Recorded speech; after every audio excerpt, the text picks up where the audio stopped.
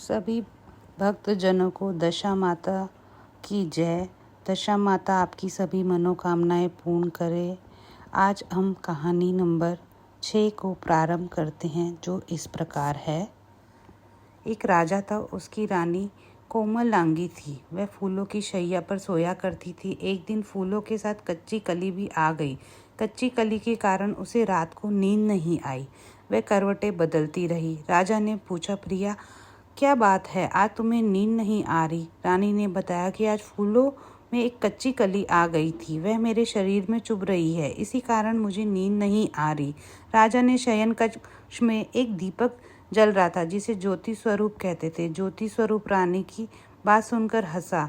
राजा ने हाथ जोड़कर उसे हंसने का कारण पूछा तो ज्योति स्वरूप ने बताया कि अभी तो रानी को कच्ची कली के कारण इतनी तकलीफ हो रही है। कल सवेरा होने पर जब रानी का सिर का बोझा ढोना पड़ेगा, तब इनकी क्या गत बनेगी? राजा ने पूछा कि क्या मेरे जीवित रहते ऐसा संभव है? तब दीपक ज्योति स्वरूप ने उत्तर दिया, हाँ संभव है, तुम्हारे जीते जी संभव है। ज्योति स्वरूप की बात सुनकर राजा के मन में सोचा कि वह देववाणी कभी असत्य नहीं होनी को कौन टाल सकता है। रानी को अवश्य बोझा ढोना पड़ेगा, परंतु यह हो सकता है कि यदि मैं इसे एक संदूक में बिठाकर समुद्र में बहा दूं तो संभव है कि यह बोझा ढोने से बच जाए, क्योंकि समुद्र में डूब जाने पर बोझा ढोने से बच जाएगी। राजा ने उसी समय रानी से कहा, चलो मैं तुम्हारे मायके छोड़ आऊं, कुछ दिन तुम वहीं रहना।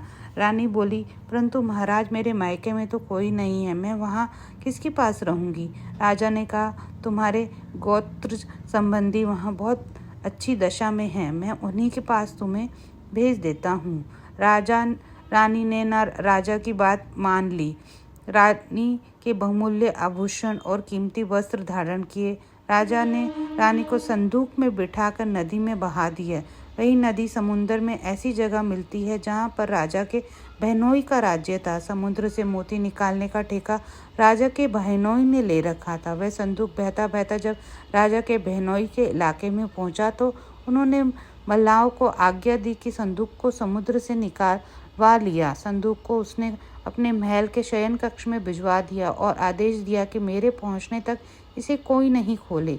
राजा का बहनोई जब उस जगह का स्वयं राजा था, उसके शयन कक्ष में संदूक पे पहुंचते ही रानी को पता चला कि इस संदूक को राजा ने समुद्र में पाया है, तो वह फौरन शयन कक्ष में आ गई। उसे पहरेदार को हटा जाने को कहा। रानी ने संदूक को खोल दिया।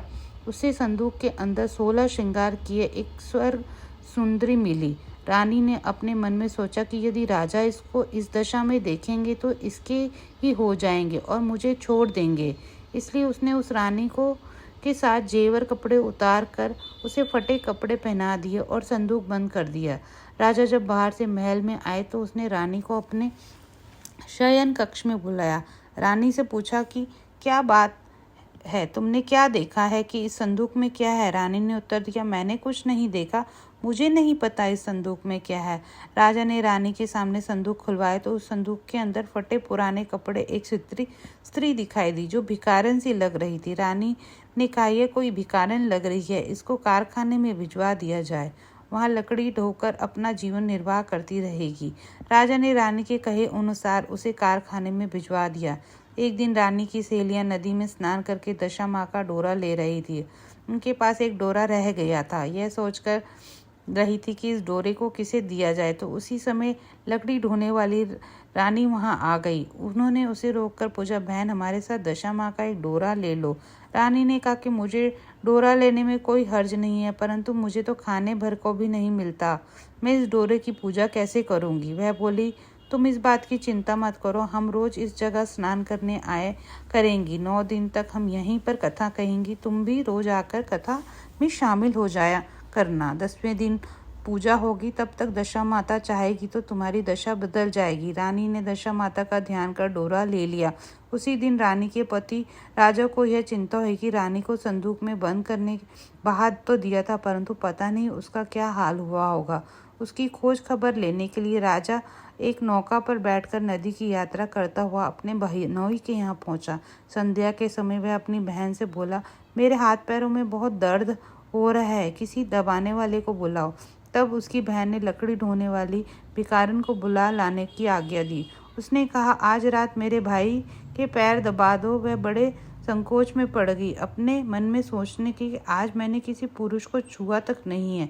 रानी अपने भाई के पैर दबाने के लिए उस पर जोर डाल रही थी, इसलिए लाचार होकर उसने हाँ कर दी। राजा के पैर दबाते दबाते रानी को उसके पैर में पद्म दिखाई दिया। रानी चुपचाप रोने लगी। उसके आंसू राजा के पैरों पर टपक पड़े। राजा ने उससे पूछा, तुम क्यों रो रही हो? अपना भेद मुझे बताओ। मैंने तुमको कोई हानि तो नहीं हुई? रानी बोली, जैसा पद्म आपके पैर में वैसे ही पद्म मेरे पति के पैर में भी था। पहले के दिनों की याद आ जाने पर मुझे रोना आ गया है। राजा ने उसे पहचान लिया। राजा बोला, मैं समझ गया, अब तुम्हारे पैर दबाने की जरूरत नहीं। तुम्हारे भाग्य में जो लिखा था वह तुमने भोग लिया है।